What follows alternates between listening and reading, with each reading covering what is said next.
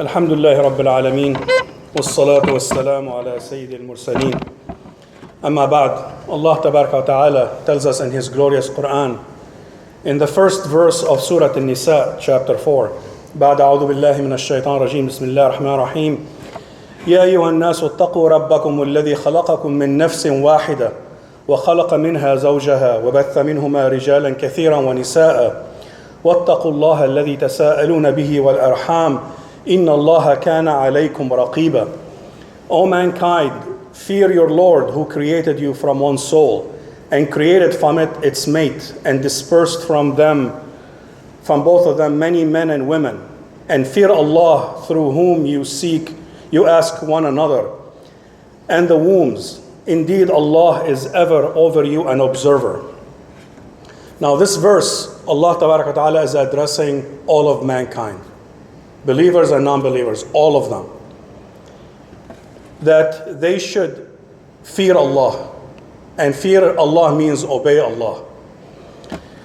The verse reminds people, يَا أَيُّهَا النَّاسُ اتَّقُوا رَبَّكُمْ الَّذِي خَلَقَكُمْ. We did not exist on our own will. We had no choice. Allah Tabaraka wa Ta'ala is the one who decided. His divine will is the one that decided that we should exist. We did not exist before Allah Tabaraka wa Ta'ala created us. So Allah is reminding us that we were nothing until He created us. And it was His will that decided to create us, and He set a path for us. He created and He told us.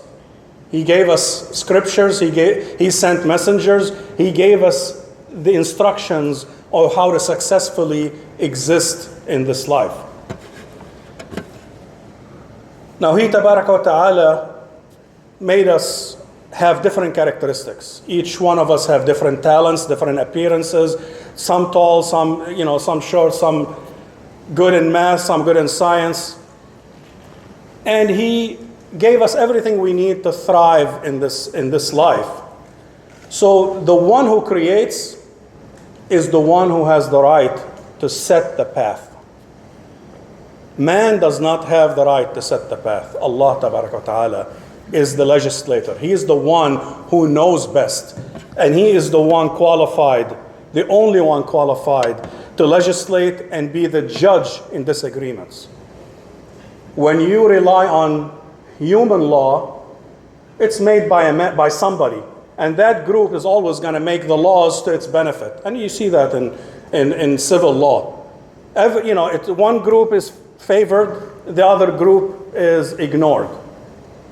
But Allah's legislation, everyone is on the same level. It applies on everyone because the one who legislates is the one who created. And the one who created knows what's best. He does not favor one person over another. The law applies to everyone. So Allah Tabaraka wa Ta'ala says, خَلَقَكُم مِّن نَفْسٍ وَاحِدَةٍ. He created you from a single soul. Now that is Sayyidina Adam. He was the first human being created. But نَفْسٍ وَاحِدَةٍ can also mean that we all have the same nature. Men, women, we all, human beings, all have the same nature. They want to know Allah. They want to obey Him. They want to be successful. We all have the same desires, the same motivations. But also it means that we all came from a single father, Sayyidina Adam, a single family, a single origin, a single creator. There's significance in that we are all related in our human family. We all share the same father and mother, Adam and Eve, alayhi salam. So it's that, one family, one God should signify something. So this is a fact that is ignored in civil law. They don't treat all people the same. One group is favored over another. But God's law destroys all classes. There is no classes in Islam. There is, you want to be better than your brother, do good. Do more to benefit Allah's creation and to obey Allah. That's how you get better. But when it comes to Allah's law, it applies equally on everyone. Everyone and anyone. وَخَلَقَ مِنْهَا زَوْجَهَا. This single soul that Allah created, Sayyidina Adam alayhi salam, He created from Adam his mate, Hawa, our mother. And Hawa, خَلَقَ مِنْهَا زَوْجَهَا. Hawa is, the women are the same nature. They're created from that same soul. They have the same nature. They have the same fitrah. They're honored. They have obligations that Allah put on them just like He put on males. In front of Allah, men and women are equal in responsibility and equal in reaping the reward. So societies have the wrong view on women. And some societies attribute the root of all evil comes from women. That's not what Islam says. The difference is not in nature. The difference is in the role of men and women in a society. God created women to be a wife, to be a mother, a sister, an aunt. That's their job. She's a human being created for another human being. To be a second, to be a mate, to be the support inside the house. That's what women were created for. Not to be advertisement, to sell products. That is not the role of women. So a society that mistreats women will never survive. It may take some time, but that society will collapse. Because women are half of the society, taking care and raising the other half. You cannot ignore them. You cannot mistreat them. And societies have historically strayed from Allah's plan and stripped women even from their humanities.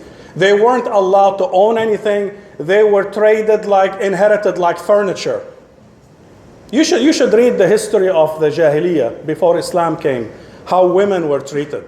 They had no right for inheritance. They couldn't own anything. They couldn't have their own thing. They were bought and sold. Didn't they used to burn the wife in India when the husband dies? They burn the wife, with them. I mean, when you look at history and how women were mistreated, and those societies will not survive like that. And then you have people coming in and says Islam mistreats women. You should look at the state of women in Arabia before Islam came.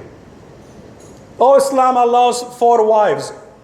Marriage was unlimited before Islam came. Islam came to reduce it down to says 4 only at maximum, but you have to treat them all equally. And if you can't, then 1. So, when people come in and say Islam abuses women, does this, go take a look at what the state of women were before Islam came. And then Western societies come and they try to correct the mistreatment of women, and they swing the pendulum all the way to the other opposite end. And they give them equality and independence, and you're the same as the man. That's not God's design. God's design is not for men and women to compete. God's design is for them to complete each other. Each one has a job. The man is supposed to go work, be on the outside, be the protector, be the hunter, be the whatever to support the family. The wife is supposed to be in the house, raising the children, taking care of her husband, and be the manager of that, that household. So these societies gave women a free hand. Do whatever you want. You have independence. You have no restrictions. Go and do whatever you want. How's that going? Go ask women if they're happy. They're 40 and 50-year-old, never been married, got 4 cats in the house, and they're miserable. Just miserable.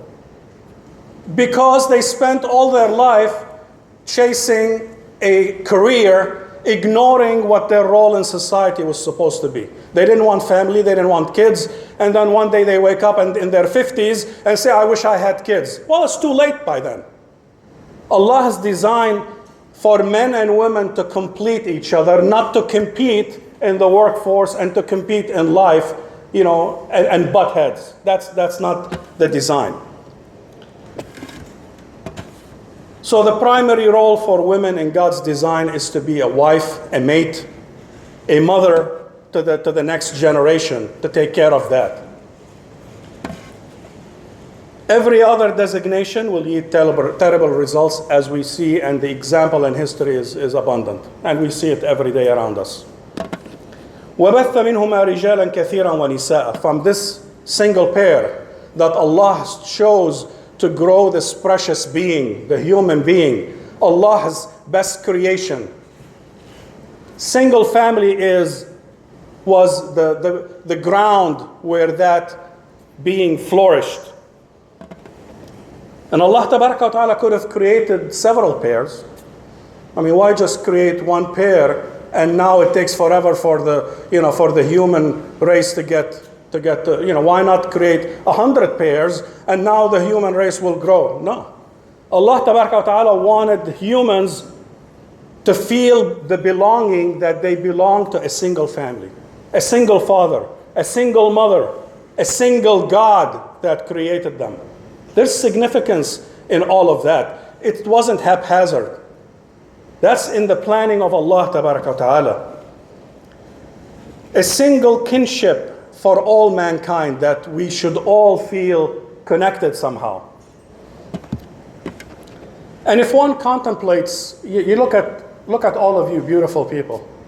We were all created from one human being, Adam. Look at our different colors, different talents, different features, and look at how many billions and billions of people, the different variations in creation that came from that pair. Allahu Akbar. It's Allah's creation manifested, and we should see it in front of us, that our difference in colors is an indication of Allah's power in creation. Not that one race is better than the other. We're all equal in the eyes of Allah Ta'ala. So Allah Ta'ala reminds us of this fact that we came from a single family. We're all related. We should not be abusing each other. وَاتَّقُوا اللَّهَ الَّذِي تَسَاءَلُونَ بِهِ وَالْأَرْحَامِ.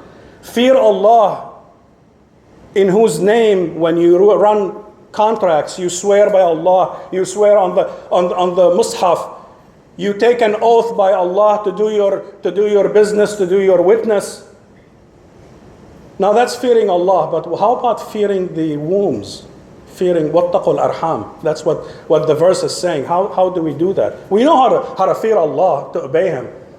But Allah is saying also fear kinship, fear the rahim, fear that you may mistreat your kinship, your mother, your father, your children, your uncles, your aunts, the extended family.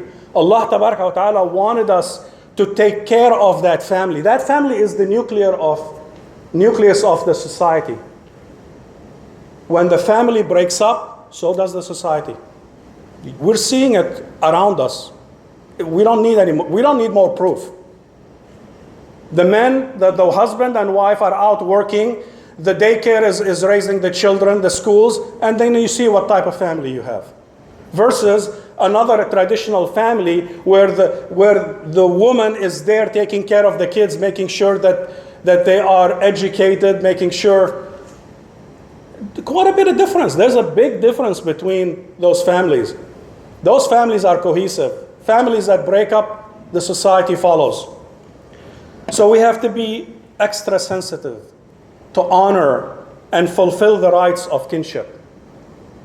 And by extension, to the rest of mankind. We all are related to the same father and to the same mother. If you do not want to be good to other people for the sake of anything, just the fact that you are related to them somehow should, give you an incentive to be nice to them. unless they're not nice to you. But we have to look at all of the human race as one family. There's no differences. We all share the same genes. We all came from the same parents. And this verse finishes with a terrifying warning for the people who will disobey Allah and abuse the rahim, al-arham. Inna Allah kana alaykum raqiba. Allah is ever over you an observer. And that's why Islamic law works. Because it doesn't rely on external enforcement. It starts with the internal enforcement, with taqwa. It grows, the Quran, the Islam nourishes that taqwa, that fear of Allah, that you want to do good. Nobody's going to force you. It's going to come from the inside. And if it doesn't, then you have the law to enforce it. But the primary enforcement comes from inside. And Allah reminds us that He is watching. He is over us, an observer. Your thoughts, your actions, your speech, everything that you do is an open book to Allah. You can't hide. And He reminds us that we came from a single family and we will return to a single God, to a one God who will judge us according to what we did in this life. So we have to fear Allah, obey Him in what He has ordered and leave what He has forbidden, and be extra sensitive to our kinfolk, our family relations. Fear Allah in your wife. Fear Allah in your children. Fear Allah in your parents. Fear Allah in your extended family. إن الله كان عليكم رقيبا. أقول قولي هذا أستغفر الله ولكم فاستغفروه إنه الغفور الرحيم.